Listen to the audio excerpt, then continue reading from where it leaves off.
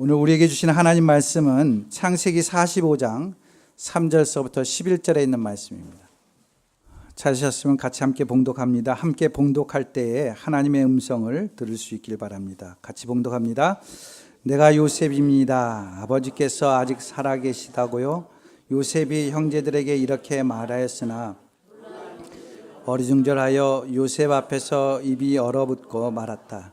이리 가까이 오십시오 하고 요셉이 형제들에게 말하니 그제야 그들이 요셉 앞으로 다가왔다. 내가 형님들이 이집트로 팔아넘긴 그 아우입니다. 그러나 이제는 걱정하지 마십시오. 자책하지도 마십시오. 형님들이 나를 이곳에 팔아넘기긴 하였습니다만 그것은 하나님이 앞서서 나를 여기에 보내셔서 우리의 목숨을 살려주시려고 그렇게 하신 것입니다. 이 땅에 흉년이 든 지 이태가 됩니다. 앞으로도 5해 동안은 밭을 갈지도 못하고 거두지도 못합니다. 하나님이 나를 형님들보다 앞서서 보내신 것은 하나님이 크나큰 구원을 베푸셔서 형님들의 목숨을 지켜주시려는 것이고 또 형님들의 자손을 이 세상에 살게 남게 하시려는 것입니다.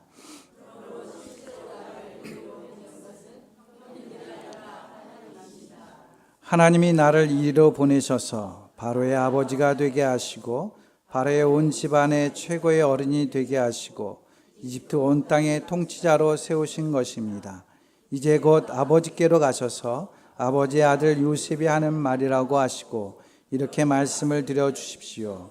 하나님이 저를 이집트 온 나라의 주권자로 삼으셨습니다. 아버지께서는 지체하지 마시고 저에게로 내려오시기 바랍니다. 아버지께서는 고센 지역에 저와 가까이 계실 수 있습니다. 아버지께서는 아버지의 여러 아들과 손자를 거느리시고 양과 소와 모든 재산을 가지고 오시기 바랍니다. 흉년이 아직 5해나 더 계속됩니다. 제가 여기에 아버지를 모시겠습니다. 아버지와 아버지의 집안과 아버지께 딸린 모든 식구 하고 여쭈십시오. 이것은 주님의 말씀입니다. 아멘. 네. 한 주간 잘 지내셨습니까? 네. 날씨가 따뜻해졌죠. 네. 그런데 이제 미세먼지가 하도 극성이 돼서 좀 조심하시고 건강에 유의하시기 바랍니다.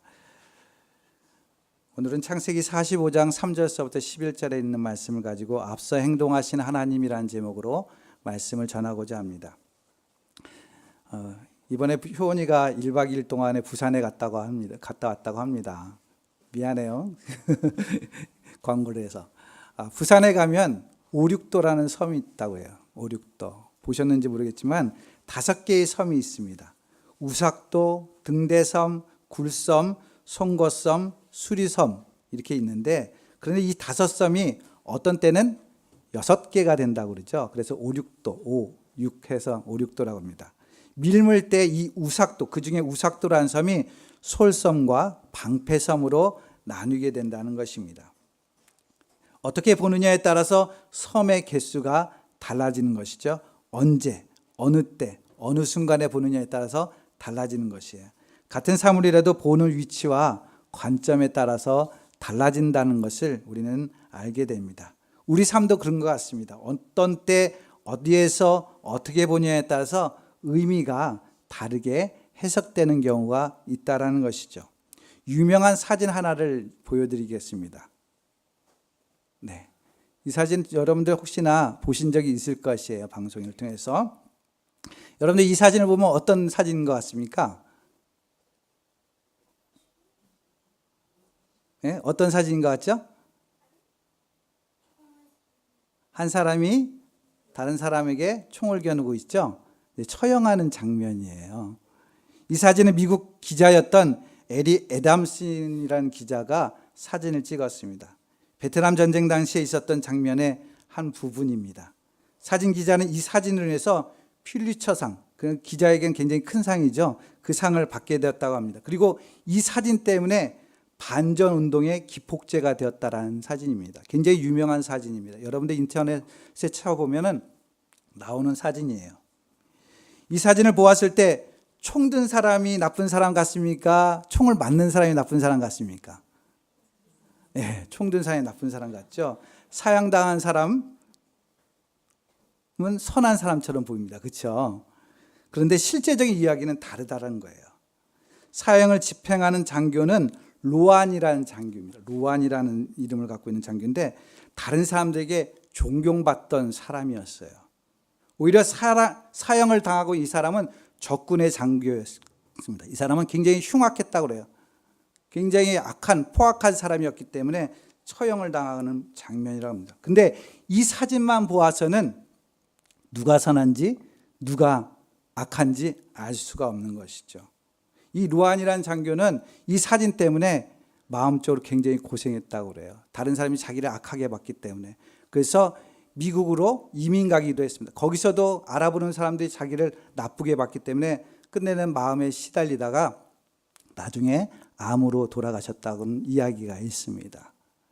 그렇습니다. 이와 같이 우리는 우리 일상생활을 통해서 우리가 어떻게 보느냐에 따라서 그것에 대한 판단이 되는 경우가 있어요.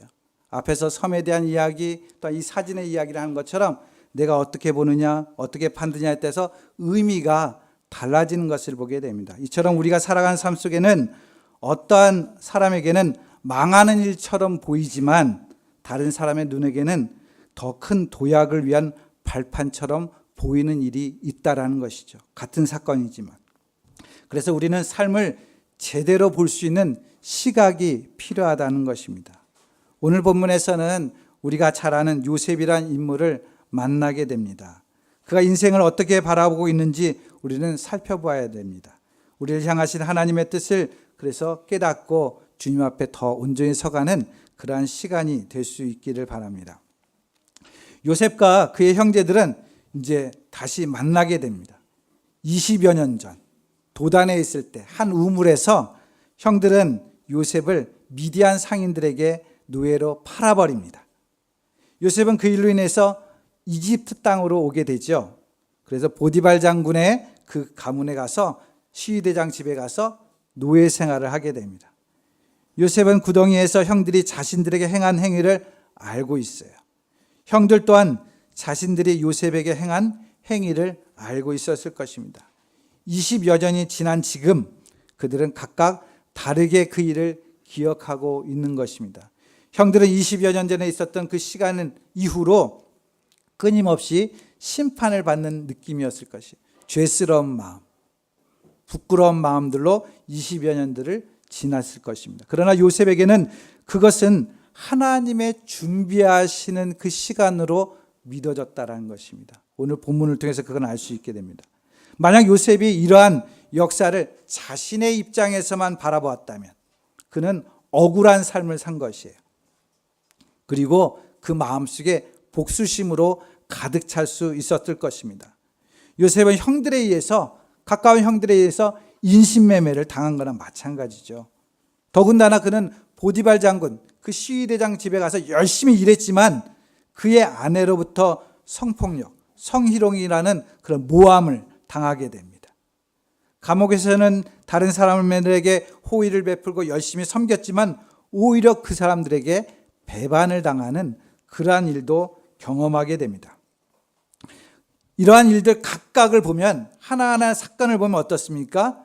요셉의 인간은 굉장히 힘들구나, 억울했겠구나, 너무도 어려웠겠구나 이런 생각이 듭니다. 그런데 이러한 인생이 원망이 될 수 있었던 그 시작점이 형들로부터 이루어졌는데 그 형들을 오늘 본문에서 만난 거예요. 형들을 대면하게 됐습니다. 이전과는 좀 다른 상황으로 만나게 됐죠. 예전에는 요셉은 힘이 없었던 막내였어요. 그래서 힘으로 억압받고 형들에 의해서 팔림을 당했습니다. 그러나 이제는 막강한 권력을 가진 그러한 이집트의 총리로서 형들을 만난 것이죠. 이집트란 나라는 그 당시에만 해도 굉장히 큰 나라 아니겠습니까? 강대국이었어요. 그 나라의 관료가 된다는 것, 그것도 바로를 제외하고 그 나라의 2인자가 된다는 것은 굉장히 큰 사건이죠. 그러한 상황 속에서 형들을 만난 것이에요. 요셉은 그 자리에서 어쩌면 자신이 당한 일들을 생각하면서 억울하게 당한 방법대로, 자기가 당한 그 방법대로 그대로 갚아줄 수 있는 그런 권력이 있었을 것입니다. 세상의 방식대로 눈에는 눈, 이에는 이처럼 그대로 보복할 수도 있었을 것이에요. 그렇게 한다고 해서 요셉에게 누구도 욕할 사람은 없을 것입니다. 그렇게 하는 것 당연하지. 자기가 당했으니까. 그럼에도 요셉이 하는 말을 우리는 주목해야 됩니다. 5절 말씀 보시기 바랍니다. 5절 말씀을 같이 함께 봉독합니다. 시작.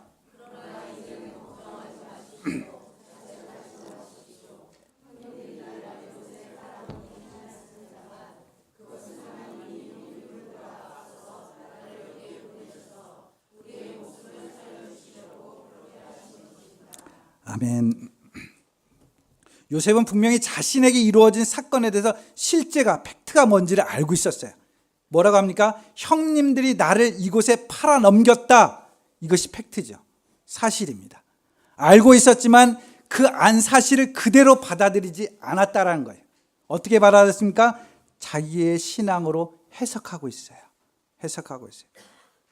뭐라고 해석하고 있는? 하나님이 나를 보내셨다라고 말씀하고 있는 것이죠. 하나님이 나를. 일반적으로 우리도 신앙생활 하면서 그렇지 않습니까? 어떤 일을 할 때 하나님이 하셨어요. 저와 여러분들도 그렇게 고백하지 않았습니까? 내가 봉사하는 일 하나님이 나를 은혜를 주셔서 내가 이렇게 하는 겁니다. 다 그렇게 누구나 이야기합니다. 문제는 요셉이 지내온 인생 앞에서 언급했지만 만만치 않은 인생이었어요. 사실 그 하나하나만 봐도 그 순간 봐도 우리가 하나님이 하셨다라고 생각할 수 있겠습니까? 근데 요셉은 오늘 본문에서 전체 읽었지만 하나님이란 단어가 6번이나 계속 언급되고 있어요. 하나님이 보내셨어요. 하나님이 보내셨어요. 하나님이 행하셨어요. 강조하고 있죠. 근데 대조적으로 형님들이라는 이야기도 굉장히 많이 나와요. 형님들. 무엇을 언급하고 있습니까? 형님들이 힘이 있어서 어떤 능력이 있어서 나를 팔아넘긴 것처럼 보이지만 대조적으로 그 일을 행하신 분 누구냐? 하나님이 행하셨다라는 것입니다. 우리 눈에는 힘이 있는 사람, 돈 있는 사람, 권력 있는 사람이 세상을 움직이는 것처럼 보이지만 실제는 하나님이 역사하시고 인도하신다는 것입니다. 이 믿음이 있었다는 것입니다. 요셉의 고백이 더욱 빛날 수 있는 것은 자신의 고난도 하나님이 행하시는 섭리로 해석하고 있다는 것이. 우리는 좋은 일이 있을 때, 기쁨이 있을 때 하나님이 행하셨어요. 하지만 내가 지금 어려운 일 당하고 있다고 생각해 보십시오. 하나님이 나를 고난스럽게 했어요. 말이 됩니까? 말이 돼야 안 돼요?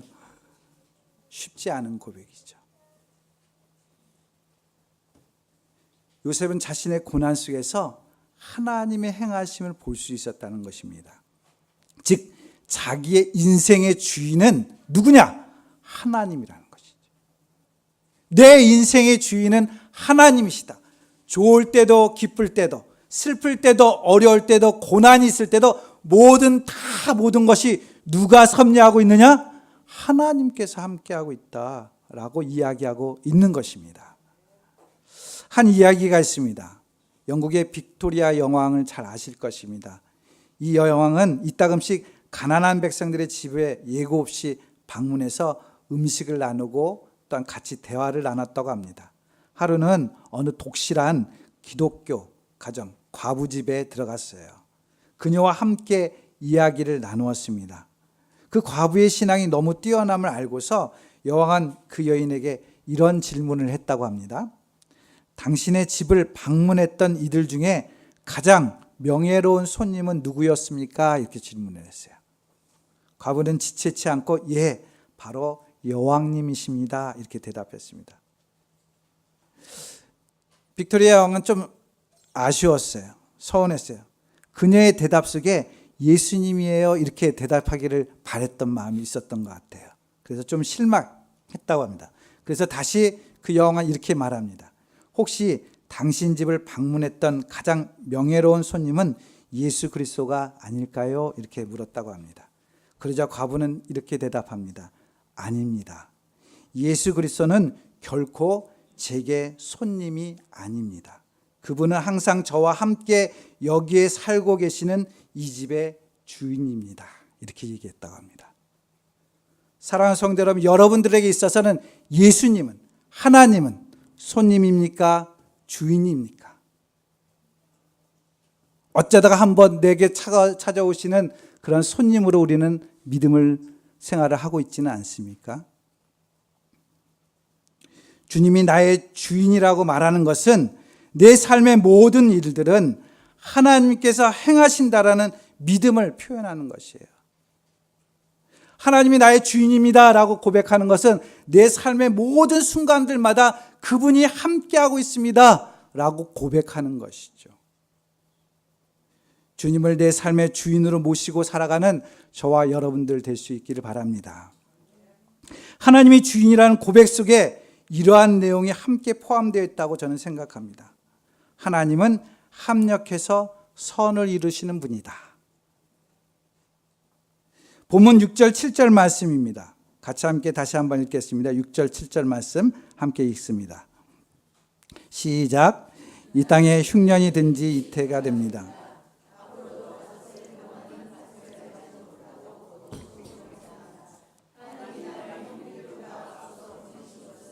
하나님이 큰 구원을 베푸셔서 형님들의 목숨을 지켜주시려는 것이고 자손을 이 세상에 살아남게 하시려는 것입니다. 아멘. 이집트를 비롯한 주변국에 큰 어려움이 찾아왔어요. 그것은 가뭄이죠. 가뭄. 바로 꿈을 해석한 요셉을 통해서 이 가뭄이 7년 동안 지속될 것이라는 것을 알게 되었습니다. 엄청난 재난입니다. 이 7이라는 숫자는 물론 여러 가지 해석이 있겠지만 제가 그냥 기본적으로 알기로는 완전수예요. 완전수. 그러니까 재난이 완전하다는 건 뭡니까? 인간의 힘으로는 그것을 도저히 감당할 수 없다라는 의미가 되는 거예요. 인간의 노력으로는 극복할 수 없는 상태. 동시에 이거 가뭄 우리가 대처하지 않으면 다 멸절될 수밖에 없는 그러한 상황을 이야기하고 있습니다. 그런데 아이러니하게도 한 인간 요셉이라는 사람을 통해서 이 어려운 난국을 해결하게 됩니다. 이 문제를 해결할 수 있었던 것은 요셉이 이집트에 있었기 때문이에요. 그렇지 않아요? 앞에서 말씀드린 것처럼 요셉을 이집트로 보낸 분은 누굽니까? 하나님이에요. 형들이 보내긴 했지만 하나님이 보내셨다라고 고백하고 있죠. 그래서 저는 이런 생각을 해봅니다. 문제는 이집트에 요셉을 보내는 것도 좋은데 왜 하필이면 노예로 보냈을까? 그냥 유학생으로 갈 수도 있잖아요. 비즈니스로 사업하러 갈 수도 있잖아요. 왜 하필이면 노예라는 그 엄청난 고난을 통해서 이집트로 가게끔 했을까? 여러분들 한번 생각해 보셨습니까? 물론 이 문제를 생각하면 여러 가지 역사신학적인 그런 측면에서 생각할 부분이 굉장히 많습니다. 복잡할 수 있어요. 단지 보편적으로 우리가 생각한다면 하나님께서는 고난이라는 이름 안에 하나님의 섭리를 새겨두었던 것이죠. 인생을 살아가면서 우리의 삶이 평안한 삶도 있겠지만 고난이 있잖아요. 그래서 요셉의 고난을 통해서 우리의 삶을 반추해 보는 것이죠. 대부분 평범하지만 그러면서도 각기 고난이 있는 삶을 다 누구나 걸어가고 있습니다. 크고 작은 고난의 문제가 있어요. 그냥 요셉이 유학생으로 비즈니스로 갔다면 아무 감동이 없었을 것입니다. 그 고난 가운데 주님을 만나고 그 주님을 통해서 자신의 믿음을 세워나가고 하나님의 은혜를 경험할 수 있다는 것이 우리에게 큰 감동이 되는 것처럼 우리의 삶도 고난이 있지만 이 말씀을 통해서 우리가 소망을 품게 되는 것이죠. 내게 고난이 있지만 요셉도 그 고난 가운데서 하나님이 인도해 주셔서 고난이 그냥 고난이 아니라 합력해서 선을 이루는구나, 하나님께서 그렇게 인도하시는구나 라는 믿음을 우리도 갖고 소망 중에 나아갈 수 있는 것이죠.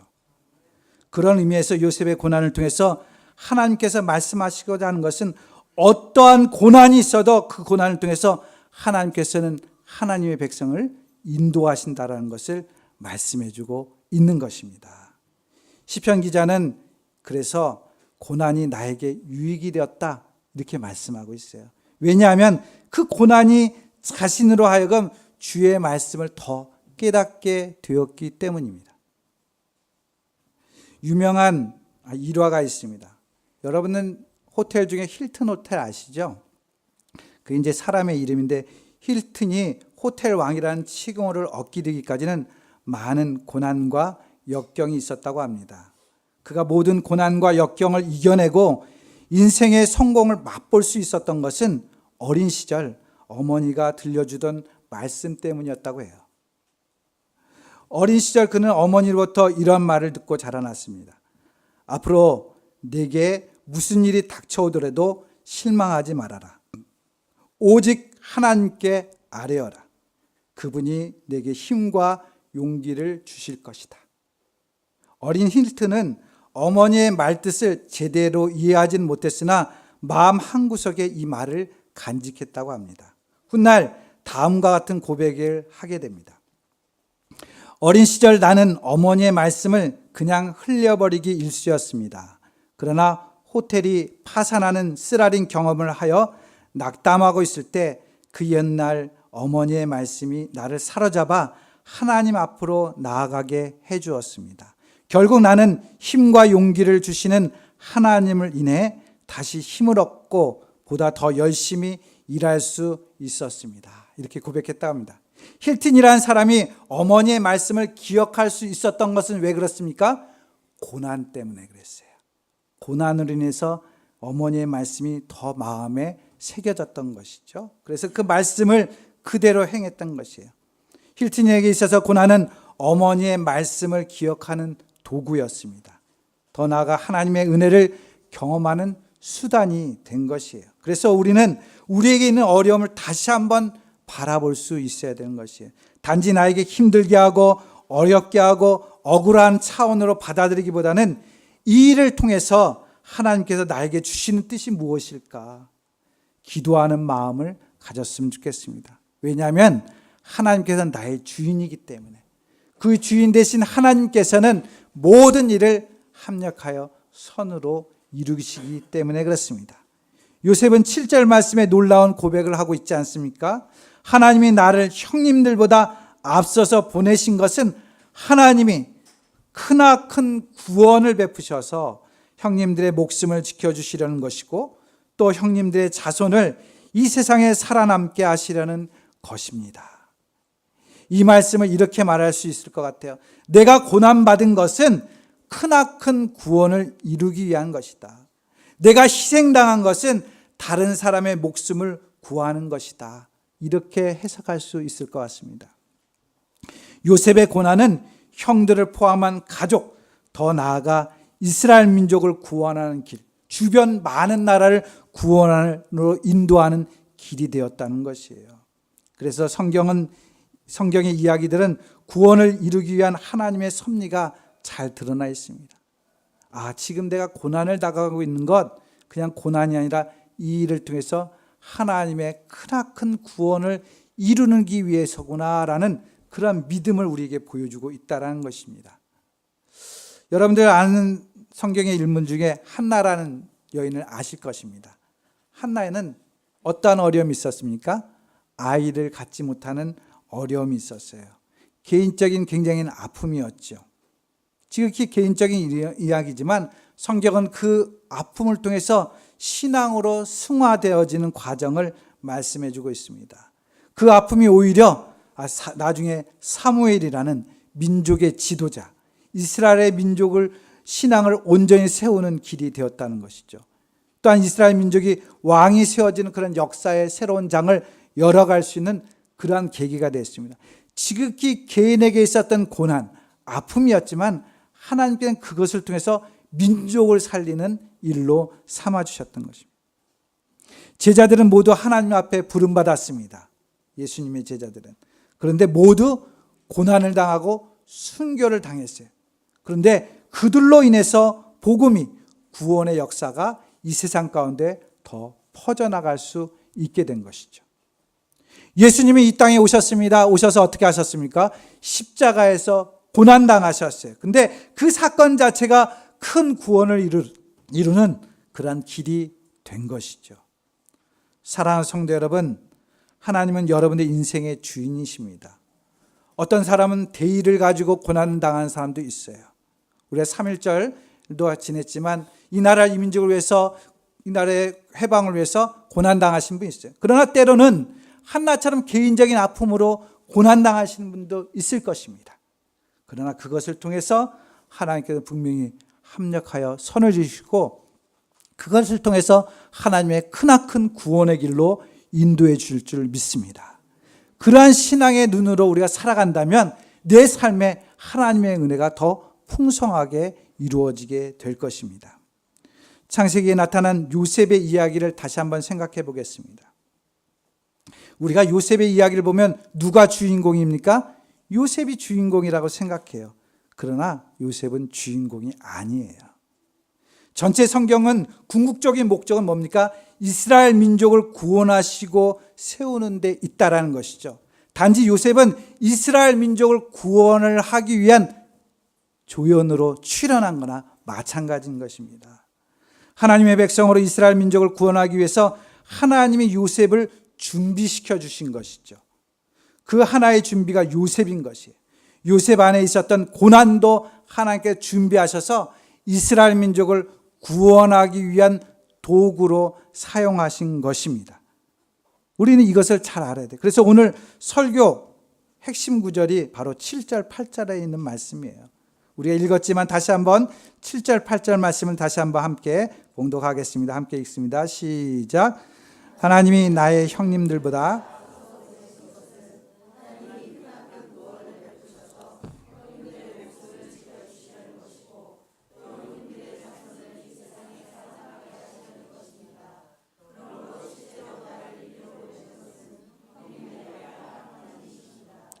하나님이 나를 이리로 보내셔서 바로의 아버지가 되게 하시고 바로의 온 집안의 최고로 어린이 되게 하시고 이집트 온 땅의 통치자로 세우신 것입니다. 아멘. 요셉이 젊은 나이에 이집트에 가서 생활한 지 이제 지금 형들을 만나서 추정상 39살, 40살이 된 거예요. 30세 때 총리 대신이 되었고 그리고 어떻게 됩니까? 7년이 지났어요. 7년의 풍년이 지나고 그 다음에 2년의 흉년이 지난 때이기 때문에 제가 계산한 바로는 한 39살, 많아야 40살 때 된 것 같습니다. 근데 그의 인생은 우여곡절이 있었어요. 여러 가지 어려움이 있었습니다. 이러한 과정을 생각하면서 요셉은 본문에서 어떻게 이야기하는가? 앞서서 보내신 것이라는 표현을 하고 있어요. 앞서서 보내신 것. 앞서서 보내셨다. 그러니까 하나님께서 이스라엘 백성을 구원하기 위해서 미리 행하셨다는 것, 준비하셨다는 것이에요. 준비하신 하나님, 우리는 여기서 만날 수 있다는 것이죠. 사실 현실 속에서 사람들이 불안한 이유가 뭡니까? 불안한 이유가 뭐예요? 미래가 불확실하기 때문에 불안한 거 아니에요? 내일 건강이 어떻게 될까? 막 경보가 울리면 다 두려워서 떨어요. 진동이 나는 것처럼 떨어요. 미세먼지가 떴다는데 막 떨어요, 다들. 불안한 거죠. 행복이 보장이 미래를 바라볼 수 없기 때문에, 보장됐다라는 그런 확신이 없기 때문에 다 무서워하는 것이죠. 그런데 전도자 유명한 빌레그리암 목사님은 이런 이야기를 합니다. 한 기자를 어느 날 만났어요. 그 기자가 이렇게 질문을 던집니다. 목사님, 세상의 미래, 역사의 미래에 대해서 설교를 많이 하시는데 자신의 미래에 대해서는 무엇을 알고 계십니까? 이렇게 물었습니다. 그때 빌레그리암 목사님이 이런 대답을 했다고 합니다. 나는 솔직히 나의 미래가 어떻게 될지 모릅니다. 그러나 분명한 것은 나는 누가 나의 미래를 붙들고 있는가를 알고 있습니다. 그분은 바로 나의 하나님이십니다. 내 미래는 주님께서 붙들고 있기 때문에 염려하지 않는다는 것이죠. 불안해하지 않는다는 것이에요. 그렇습니다. 미래에 어떤 일이 일어나는가가 중요한 것이 아니라 더 중요한 것은 나의 미래를 누가 안전하게 보장해 줄 것인가. 이게 더 중요한 것이죠. 성경은 하나님을 향한 호칭 앞에 여호와 이레라는 말을 표현할 때가 있어요. 여호와 이레. 무엇입니까? 뜻이? 네, 준비하시는 하나님. 아브라함이 이삭을 제물로 바치려 했을 때 하나님께서 아브라함의 믿음을 확인하시고 이삭 대신에 숲을 가운데 순양을 준비하셨죠. 그것을 보고서 준비하시는 하나님을 나타내겠어요. 무엇입니까? 믿음으로 살아가는 사람, 하나님 앞에 결단으로 나아가는 사람, 자신을 모든 것을 드리는 사람에게는 주님께서 준비하신다라는 것이, 앞서서 모든 것을 다 행하신다라는 것입니다. 출애굽기 13장에 보시면 이런 말씀이 있습니다. 주님께서는 그들이 밤낮으로 행군할 수 있도록 낮에는 구름 기둥으로 앞서 가시며 길을 인도하시고 밤에는 불 기둥으로 앞길을 비추어 주셨다. 낮에는 구름 기둥, 밤에는 불 기둥이 그 백성 앞을 떠나지 않았다. 앞에서 늘 우리를 이끌어 주시는 주님을 말씀하고 있다라는 것입니다. 선한 목자, 저 뒤에도 우리 김준호 목사님이 저걸 설교하시면서 말씀하셨지만 선한 목자는 늘 앞장서 가고 있어요. 양들이 그 목자를 따라서 따라가는 것이죠. 그들이 위험을 다 막아주고 있을 것을 먼저 헤아려주고 다 인도하신다는 것입니다. 앞서 가신다. 내 주님은 내 인생의 앞길을 예정하시고 준비하시고 인도하신다. 이것을 말씀하고 있습니다. 출애굽기 23장 23절 말씀에서도 나의 천사가 너희 앞에서 너희를 아모리 사람과 헷 사람과 브리스 사람과 가나안 사람과 히윗 사람과 여부스 사람이 있는 곳으로 인도할 것이다. 내가 그들을 전멸시키겠다. 앞에 가서 다 멸절시키겠다. 내가 하겠다라는 거예요. 너희는 나를 따라오기만 하면 되는 거야. 말씀. 이사야서 45장 2절 말씀에서도 내가 너보다 앞서가서 산들을 평지로 만들고 노스의 성문을 부수며 쇠빗장을 부러뜨리겠다 말씀하고 있습니다.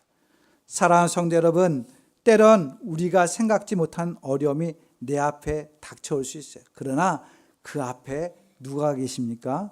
주님이 계십니다. 준비하시는, 내 길을 인도하시는 그 주님이 함께하고 있음을 기억할 수 있기 바랍니다. 그래서 지금 당하는 고난, 염려와 걱정이 아니라 진실로 그 염려와 걱정 속에 계시는 주님을 바라볼 수 있는 그 믿음의 눈이 우리에게는 필요한 것이에요.